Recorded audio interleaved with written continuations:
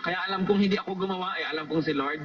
Kasi kung ako lang, hindi ko magagawa yan. Alam ko, more than anybody else, I should know.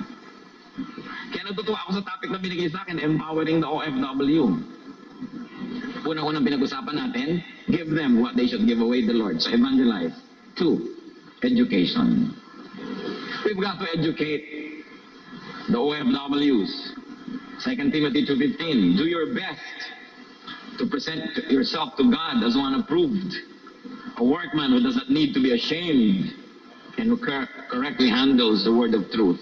So there has got to be biblical education, solid biblical education on biblical teachings and doctrines so that they will know the scriptures. Matthew 22:29, Jesus replied, you are in error because you do not know the scriptures or the power of God. Even now, when we see even petty squabbles among very well-meaning Christian workers, it really emanates from ignorance of the scriptures and the power of God.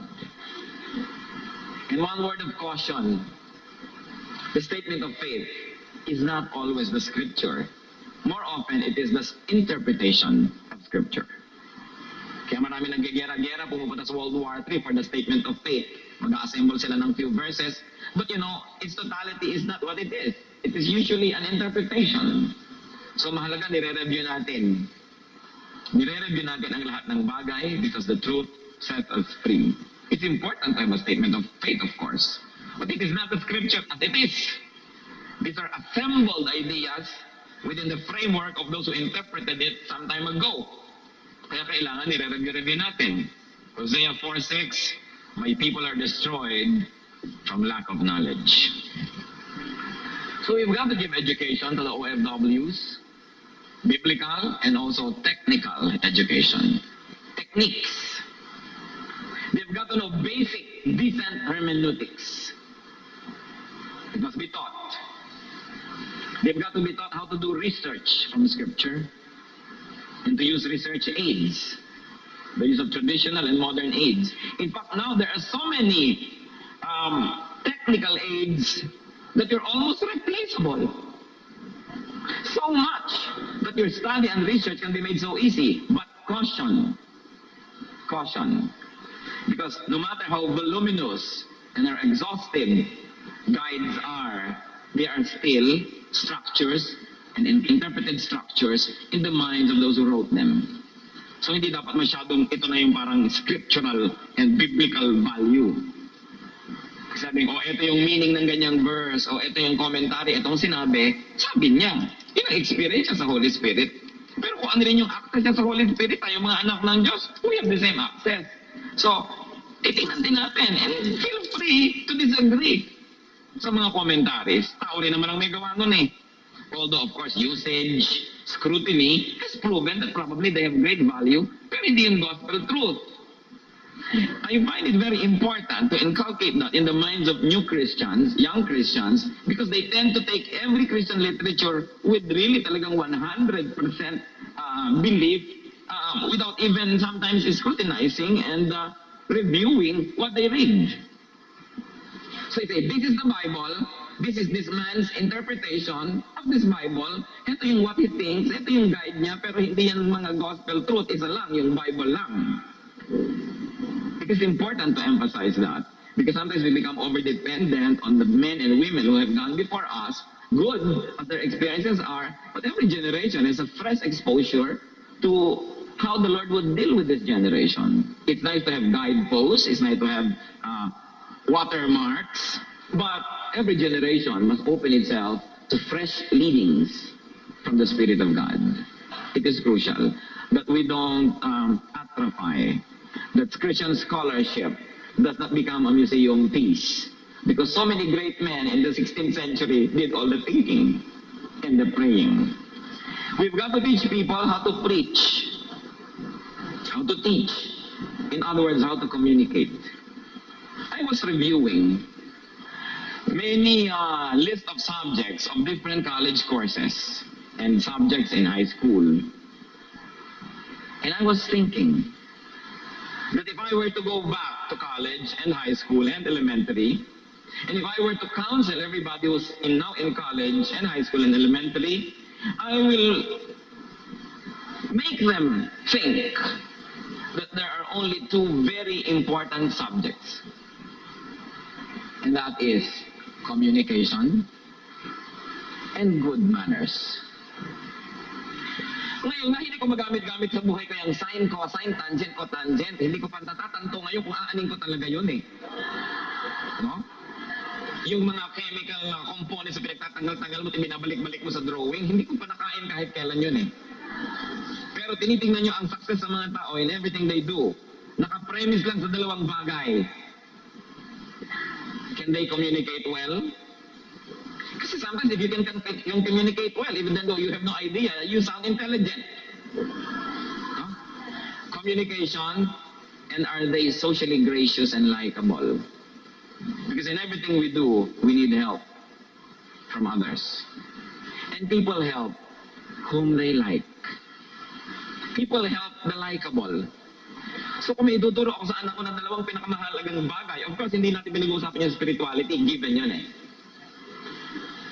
Communication and social graces that can carry you through life. Hmm? Kahit hindi mo pa alam i-connect yung tangent at cotangent. Kahit hindi mo alam na ang scientific family name ng mushroom ay Heterobasidiomycetidae.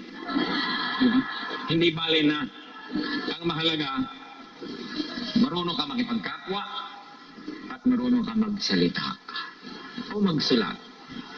Communication. We've got to train the OFWs, if they're going to be effective missionaries, in communication skills. To read nuances. And of course, education should also include cultural aspects. So the OFW must know his own culture and her own culture first, because it is the context from which they come. And then they should be sensitive to the culture of the people that they will be dealing with. It is important, it is imperative, and I don't see if it is happening even in the training of our government agencies, that OFWs are given at least a crash course on the history of their host society. The history of the countries that they will visit. So they can situate themselves and not carry their lifestyle from here to there, blissfully ignorant that they're already hurting sensibilities or giving themselves away in the wrong way. For instance, sa mga Pilipina, kahihilig maligo. It's a national vice. Minsan nga may beauty contest ako nakita eh. Tinanong yung contestant, kung may isang galong tubig na lang na natira sa planeta, aanin mo? Sabi niya, ipaliligo ko. Pilipina nga. Di bali nang mamatay sa uhaw, mabango lang. Kaya sa mga Arabian society, siyang babaeng bagong paligo, lalo't iniwawag-wag-wag yung buhok niya, eh pang-aakit yan. Kaya maraming Pilipinang napapahamak, ligo ng ligo. Among Arabo, nagpapahiwatig. So, dapat alam mo yung culture ng pupuntahan mo para makapag-communicate ka. Siyempre, yung OFW, at sino bang ating kasyaran, unang-una, yung kapwa mo Pilipinong kirami-raming nandun. And second, yung whole society. Yung mga taong naroon. So, napakahalaga na matutunan yung mga basic manners and etiquette and social graces. One of the weaknesses of Christian evangelism and Christian witness in this country, as I have noticed, is that many of our workers, many of our missionaries, local missionaries, many of our brothers and sisters who teach scripture come from the lower income groups, and as such are not trained on the higher and finer points of, for instance, dining. So that they're not comfortable in settings where it is required of them to be socially gracious and socially correct. So many people just say, huwag na lang, mag-evangelism na lang ako sa bangkusay. So there is a segment of our society that is gravely underserved, and that is the economic and educational elite. Hindi pa ako nakakita halimbawa ng door-to-door evangelism sa Forbes Park. Bakit laging sa Blooming Treat? Because most of our workers are comfortable in that milieu, in that setting. So we've got to train ourselves and our workers to be comfortable with every group of people dahil kahit mayayamay may kaluluwa rin, di ba? So dapat ding mahalin at dapat ding turuan. So we should be able to send people to all levels and walks of life. And it is important to teach that. To the point that I was doing seminars for pastors on table manners. When you are confronted with 2 knives, which one do you pick up?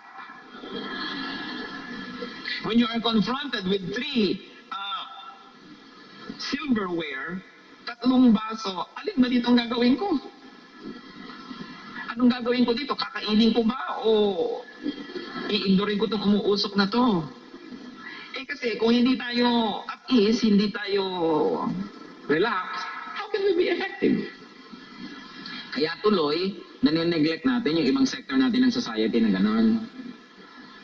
Coming from a Catholic background, this country, halos lahat ng mga pare come from the upper classes. Di ba? Kasi mahal magpaaral yan eh. Kaya sila komportable if they're dining with governors and mayors. It's just no big deal. Kaya mahalaga po yung social training. 1 Corinthians 9, 20 to 23, sabi ni Paul, to the Jews I became like a Jew, to win the Jews. To those under the law, I became like one under the law, although I myself am not under the law, so as to win those under the law. To those not having the law, I became like one not having the law, though I am not free from God's law, but am under Christ's law, so as to win those not having the law. To the weak I became weak, to win the weak. I have become all things to all men, so that by all possible means I might save some. I do all this for the sake of the gospel, that I may share in its blessings. So we should not squirm at this kind of trainings. It is important so that we may be kinder and nicer and more responsive to people. So what kind of trainings are we talking about? Training, education on the Bible, on culture, on communication skills, on scholarship. And this may be done on an ongoing basis, especially for those who are yet to leave the country. I would say that churches must have built-in training programs, even for people who are not even thinking of going abroad, because for all you know, tomorrow they might do that. Ang dami-dami nating mga kurso ngayon ang talagang obvious na pupuntahan mag-abroad. So, isama na sa church training dapat. How to win souls, how to share the gospel. Para yung mga church people are not always just recipients sitting there making themselves pretty in the pews, but being trained to become the army of the Lord.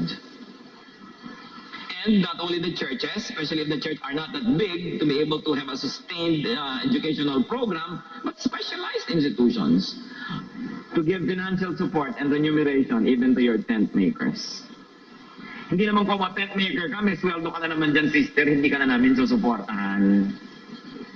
Kuminsan ito isang malungkot na reality na nakikita natin, kuminsan hindi nagiging maganda yung bunga.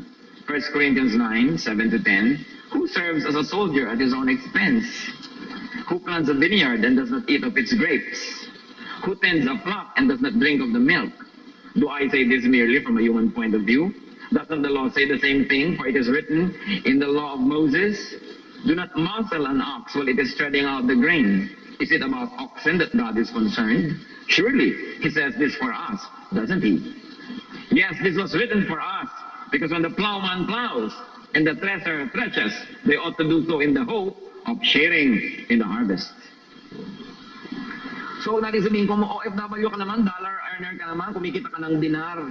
Diba? Yung tiway na lang. Kailangan, sinusuportahan din natin sila. Hindi lang dahil kailangan nila, kundi respeto. And it makes them feel good. And the Bible teaches it. Do not just turn tent makers into fundraising machines. Kasi may tendency kuminsan, ako merong yung church natin ng mission na limbawa doon sa kung anong bansa. Wala na tayong ginawa, kundi hingi na lang ng hingi, padala na lang padala.